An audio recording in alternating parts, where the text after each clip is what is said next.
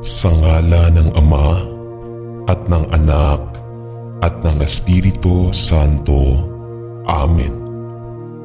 Mahal na Diyos, purihin ang iyong pangalan na ako ay pinagpala na maimbitahan na simulan ang bagong trabahong ito. At nagpapasalamat ako sa iyo na narinig mo ang aking mga panalangin. Panginoon, nasasapik ako sa pag-asang magsimula sa bagong lugar na ito ng trabaho at hinihiling ko na ihahanda mo ako sa lahat ng paraan para sa mga hamon na naghihintay, Panginoon. Alam ko na tayo ay tinawag na gawin ang lahat sa buhay bilang para sa Panginoon. At bagaman sa nakaraan ay hindi pa ito ginagawa, ipinagdarasal ko na habang ginagampanan ko ang bagong posisyon na ito, tulungan mo akong mamuhay at magtrabaho sa isang paraan na tunay na nagpaparangal sa iyo. Panginoon, hindi ko alam kung ano ang mga tao ay magiging tulad na ako ay nagtatrabaho sa tabi. Ngunit ipinagdarasal ko na gagamitin mo ako upang maging asin at liwanag sa bagong posisyon na ito. At Panginoon, ipinagdarasal ko rin na sa pamamagitan ng iyong biyaya ay maaaring may isa o dalawang kasamahan sa trabaho na nakakaalam at nagtitiwala sa iyo. Panginoon, alam ko na sa lahat ng bagay ay dapat nating purihin at pasalamatan ka.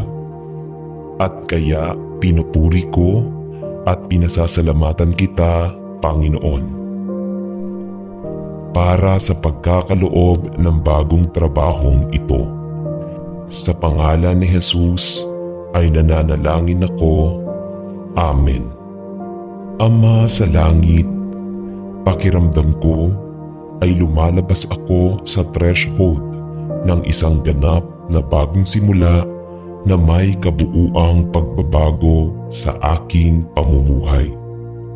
Panginoon, alam ko na ito ay isang kahangahangang pagkakataon na magiliw mong binuksan para sa akin at ipinagdarasal ko na ikaw ay kasama ko upang mamuno at gumabay. Habang sinisikap kong masanay sa napakaraming pagbabago sa aking buhay. Ipinagdarasal ko na manatiling malapit ka sa akin at na hindi ako lumayo sa iyong panig o maging maligamgam sa aking saloobin sa mga bagay ng Diyos. Tulungan mo akong panatilihing matatag ang aking mga mata kay Jesus at magtiwala sa lahat ng aking sinasabi at gawin mo sa iyong mga kamay na may kakayahan. Ipagdasal ko, manalangin ako, ang lahat ng kailangan kong gampanan, ang mga gawain at tungkulin na hinihiling sa akin na gawin ng may biyaya at tapang. At ipinagdarasal ko na ang aking kagalakan ay matatag na maaayos kay Jesus at upang ako ay mapalakas ng lahat ng kapangyarihan mula sa itaas. Sa pangalan ni Jesus ay nananalangin ako. Amen. O Diyos, ngayon ay iniaalay ko muli ang aking sarili sa altar at nagdarasal bilang isang nananalangin ng matanda. Lord, naniniwala ako. Tulungan ang aking kawalan ng pananampalataya. Tila kinikilala niya na ang kanyang pananampalataya ay masyadong mahina. Ang mayroon siya ay mabuti ngunit ninanais niya ang isang mas malakas na pananampalataya. Kaya't nananalangin ako ngayon para sa isang pananampalataya na hindi mapapawi, isang pananampalataya na hindi kailangang makita. Panginoon, habang iniaalay ko ang aking sarili na muli ngayon, tulungan ang aking pananampalataya na lumakas. Sa pangalan ni Jesus. Amen. Panalangin sa simula ng bagong araw. Salamat, Panginoon, sa pagdadala sa akin ng ligtas sa isa pang gabi at sa simula nitong bagong araw na iyong ginawa. Panginoon, wala akong ideya kung ano ang dadalhin ngayon. Ngunit ipinagdarasal ko na ito ay isang araw kung kailan ka itinaas sa aking buhay. Isang araw kung kailan ako lumalakad sa espiritu at katotohanan. Ihanda mo akong, Panginoon, para sa lahat ng mga pangyayari na maaaring mangyari. Tulungan mo akong tumayo ng mabilis at maging asin at liwanag sa lahat ng nakakasalamuha ko. Panginoon, inilalagay ko ngayon sa iyong mga kamay at nagtitiwala sa iyo na idirekta ang aking aral hanggang sa ibalik ko ang aking ulo sa aking unan ng pagtulog. Hinihiling ko na maging sa abala o sa katahimikan ang iyong gagawin. Napapaligiran man ako ng maraming tao o manatili sa pag-iisa ng sarili kong kumpanya, hinihiling ko na nandiyan ka para magdirekta at mamahala. Ipinagdarasal ko na ang mga salita ng aking bibig at ang mga pagmumuni-muni ng aking panloob na pagkatao ay maging kasiya-siya at katanggap-tanggap sa iyo sa buong araw na ito. At naway ang iyong kalooban ay gawin sa aking buhay sa iyong karangalan at kaluwalhatian. Sa pangalan ni Jesus ay nananalangin ako. Amen. Panalangin sa simula ng bagong taon. Salamat, Panginoon, para sa simula ng isang bagong taon at habang kami ay humakbang palabas sa hindi kilalang hinaharap. Ipinagdarasal namin na ikaw ay makasama namin, pinangungunahan at ginagabayan kami. Tinuturuan at inilalapit kami sa isa't isa at sa iyong sarili. Salamat na ang iyong matatag na pag-ibig ay hindi tumitigil at ang iyong mga awa ay bago tuwing umaga. Dakila ang iyong katapatan, o Panginoong Jesus. Alam natin na ang mga panahong ito kung saan tayo nabubuhay ay nagiging puno ng paghihirap at lalong nakaka-stress. Ngunit Ama, ang ating pag-asa ay nasa iyo, sapagkat ikaw ang ating tapat na Diyos na nangako na hinding-hindi tayo iiwan o pababayaan. Ama, habang tayo ay humahakbang sa hangganan ng isang bagong taon na may mga hindi maiiwasang problema at sakit, inilalagay ko ang aking kamay sa iyo, Panginoon, at magtiwala ka sa iyo na akayin mo ako sa tamang daan na dapat kong lakaran. Dahil kilala ko si Ama na walang mas ligtas na lugar na mararating kaysa sa paglalakad sa pakikisama sa iyo. Sa paglabas natin sa hindi kilalang kinabukasan, iniaalay ko sa iyo ang aking buhay na isang buhay na hain. Naway gamitin mo ako para sa iyong papuri at kaluwalhatian. Sa pangalan ni Jesus ay nananalangin ako. Amen. Panalangin ng pasasalamat para sa aking bagong buhay kay Kristo. Mahal na Ama sa langit, ang aking puso ay puno ng kagalakan at pasasalamat na aking pinagkatiwalaan kay Jesus bilang aking tagapagligtas.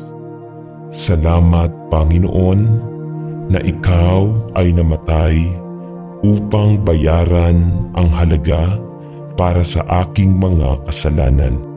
Salamat na Ikaw ay pumunta sa krus para sa akin at kinuha ang lahat ng kaparusahan na nararapat sa akin.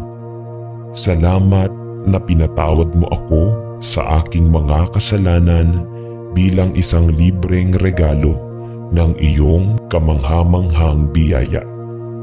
Pinupuri at pinasasalamatan kita sa pagpunta ko sa lupa bilang isang tao at pamumuhay ng isang perpektong buhay upang ikaw ay maging sakripisyo para sa kasalanan, ang sakripisyo para sa aking kasalanan. Kung wala ito, ay nanatili akong patay. Kung wala ito, ay nanatili akong patay sa aking mga paglabag at walang pag-asa sa mundo. Walang mga salita na sapat upang ipaliwanag ang aking pasasalamat at papuri sa iyo. Kung wala ito, ay nanatili akong patay sa aking mga paglabag at walang pag-asa sa mundo. Walang mga salita na sapat upang ipaliwanag ang aking pasasalamat at papuri sa iyo. Ngunit Panginoon, nagpapasalamat ako sa iyo para sa bagong simulang ito. Ang bagong simula na ito kapag maaari akong lumabas sa mundo. Alam na ako ay naligtas at tinanggap sa iyong pamilya bilang anak ng Diyos.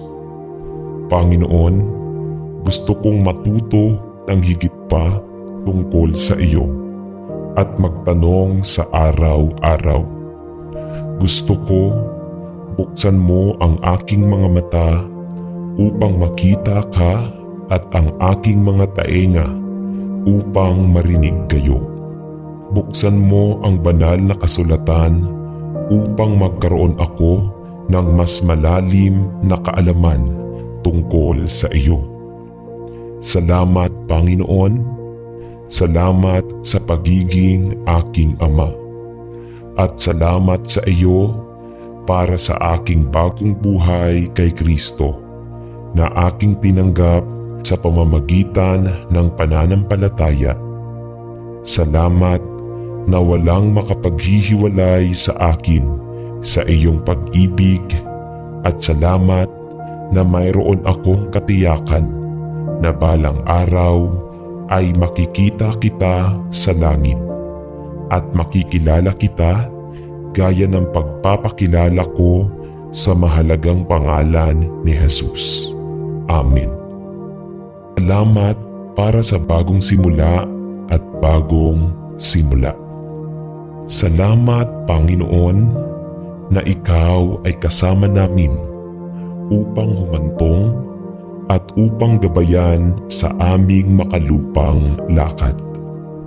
Salamat na buksan mo ang mga pintuan ng pagkakataon para sa amin kapag ang ibang mga pinto ay nakasarado o sa mga oras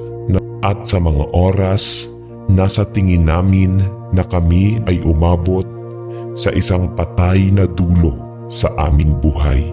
Salamat para sa pagbibigay sa akin ng pagkakataong ito, ang bagong simula, at ipinagdarasal ko na makasama mo ako habang sinisikap kong umangkop sa aking bagong sitwasyon at kapaligiran. Langin ko sa Panginoon na ito ay hindi lamang isang bagong simula, kundi isang bagong simula kung saan ikaw ay naging isang sentral at lalong mahalagang bahagi ng lahat ng aking ginagawa. Dam na sa loob at sa aking sarili ay wala akong magagawa. Ngunit magagawa ko ang lahat ng bagay sa pamamagitan ni Kristo na nagpapalakas sa akin. Bigyan mo ako ng lakas, ng loob na lumabas sa hindi alam. Mahigpit na hawak ang iyong kamay. Alam mo na ikaw ay naka-schedule sa bawat hakbang ng aking buhay at ipinangako upang gabayan ang aking bawat hakbang. Habang tinitingnan ko si Jesus, ang may akda at finisher ng aking pananampalataya. Sa iyong kamay ay inilalagay ko ang bagong simulang ito at nagpapasalamat sa iyo na sa iyong lakas, ito ay maaaring isang bagong simula na nagsisimula at nagpapatuloy sa iyo. Sa pangalan ni Jesus ay nananalangin ako. Amen.